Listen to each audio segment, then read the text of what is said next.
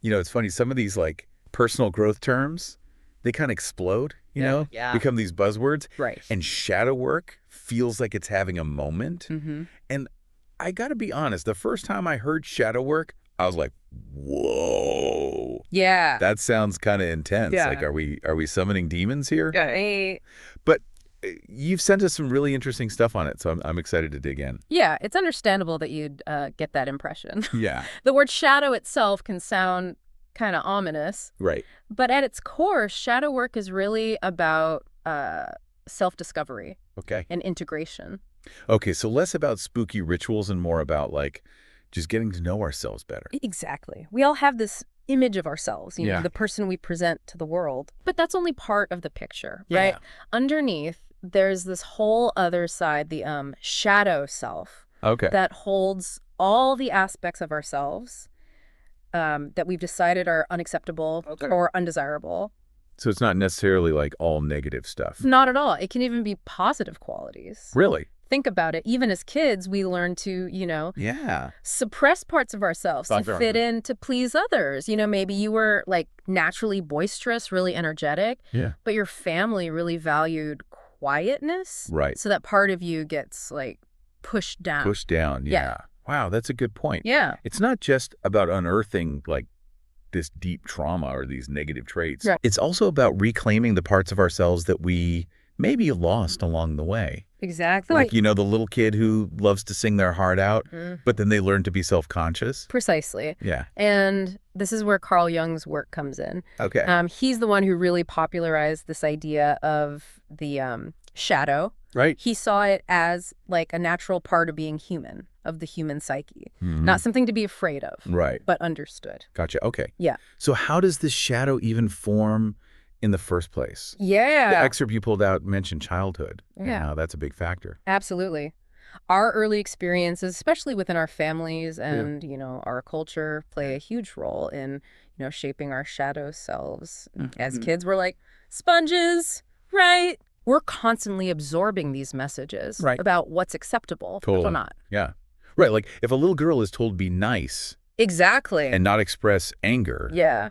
she might start to think like, oh, anger equals bad. Exactly. Yeah. And that's how those parts of ourselves get kind of pushed down into the shadows. Yeah. We learn to hide those aspects that don't really fit the mold, even if they're not bad in themselves. Right. Exactly. Yeah.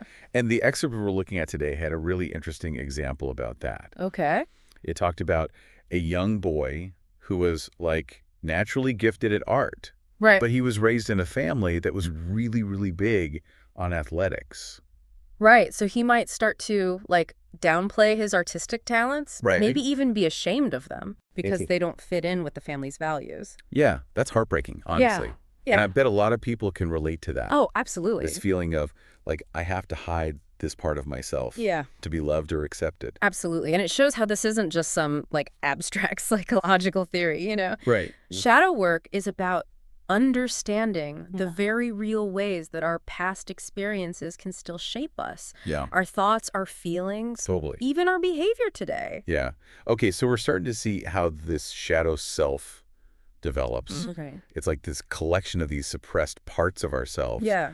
But like, what's the big deal? Right. Why does any of this really matter in our day-to-day lives? That's the million-dollar question. And it gets to the heart of why so many people are interested in shadow work these days. Okay. And the thing is, those parts of ourselves, the ones we try to suppress, they don't just disappear. Right. They can actually have a powerful influence on our lives. Really? Even if we're not aware of it. Wow. Okay. So like these shadow aspects, they're kind of like running in the background. Yeah.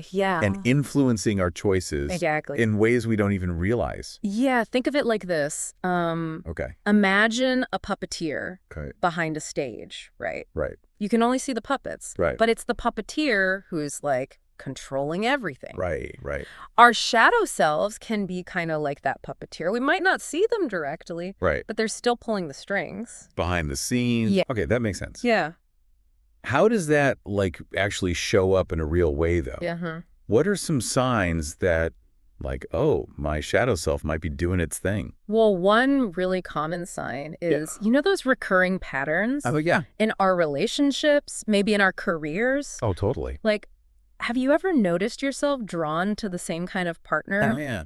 even if those relationships haven't been great? Yeah, yeah. Oh, Or even just feeling stuck? yeah. Like you're, Sabotaging. yourself. Yeah. Yeah, yeah. Those patterns usually come from Yeah. issues that haven't been dealt with or like needs that haven't been met. And until we really look at those, we Yeah. might keep attracting the same things. Oh, wow. Or, acting in ways that keep us stuck. Yeah, that's kind of scary. Yeah, But it's also kind of empowering. it is. Because it's like, if I'm the one creating it, Yeah. then I can change it. Exactly. And Yeah. that's what's so great about shadow work. It's Yeah. not about, blaming yourself for the past or being negative. Right. It's about understanding how your past is still affecting you today Yeah. so you can make better choices. Right. Okay, so how do we actually do shadow work then? Right. The excerpt you pulled out mentioned, like, integrating our shadow selves. Yeah. Which, to be honest, sounds kind of abstract. Yeah. What does that actually look like practically? Yeah, that's a great question. And, there are a lot of different approaches. Okay. There isn't just one right way. Okay, so there's no, like, step-by-step guidebook? Not really. Yeah. But there are definitely tools Okay. and practices that can help. Okay. One of the best is simply awareness. Like Yeah. just starting to pay attention to those patterns we were talking about in your relationships, Yeah. When do you feel triggered? Right. When are you reactive? Right. Right. And then write about it. Yeah. That's a great first step. So basically, just paying more attention Yeah. to my inner world. Exactly. Those thoughts and feelings I'd usually rather avoid. Exactly. Yeah. And it's not always, fun and easy. Right, right. It can bring up tough emotions. Right. But those emotions are already there, Right, they are. They are. whether you're aware of them or not. That's true. That's true. And sometimes just, admitting those parts are there and accepting them can be really healing in itself. Yeah, yeah, that's powerful. Yeah. The excerpt also mentioned something called active imagination Yes. as like a technique. Have you ever heard of that? Yeah. It's a technique actually developed by Jung. Oh, wow. It's kind of like, a guided meditation where you intentionally Okay. engage with your unconscious mind Okay. through like imagery or dialogue, And, even creative stuff. Oh, wow. Yeah. So like I could imagine having a conversation But- with like a shadow aspect of myself. Yeah, exactly. That's cool. Or you might draw something that represents that shadow part. Okay. The point is to bring that unconscious stuff into your consciousness, Okay. to give it a voice so it can be seen and heard. Wow. So we're not just like trying to get rid of these shadow parts. We're Right. actually trying to like befriend them, It's have actually, a conversation. yeah, and that's what's so cool about this. Yeah. It's not about getting rid of parts of yourself. Right. It's about recognizing that all these parts, even the ones we don't like, Yeah. they're part of what makes us us. Yeah. It's like we're putting ourselves back together, you know? Yes. Like all those pieces we rejected, Yeah. we're taking them back and we become more, I don't know, like a complete version of ourselves. I love that. Yeah. And as we do this, as we start to really embrace all of ourselves, we might see those patterns we were talking about start to change. Oh, interesting. Yeah, you might find yourself Okay. making different choices in your relationships. Maybe you feel more confident or you No. discover some hidden talent Well- you never knew you had.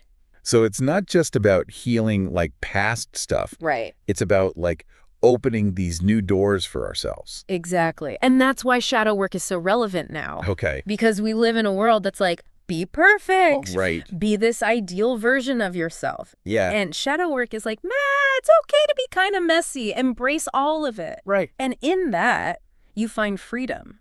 This has been honestly really eye-opening. Yeah. I'm sitting here thinking about my own life, Yeah. and how much of my choices and my patterns are like influenced by this stuff I'm not even aware of. It's a journey. Yeah. It's not always easy, but it's so worth it. So for someone listening who's like, okay, this is really interesting, Right. but it's also kind of freaking me out. Yeah. Where do they even begin? Okay, first of all, don't rush it. Okay. Take your time. Okay. Be nice to yourself. Okay. A good first step is to think about those patterns we talked about. Right. In your relationships, at work, in your own head. Yeah. Notice what triggers you. Okay. Yeah. What pushes your buttons. Right. Right. Those are clues. Oh, okay. There's something there to look at.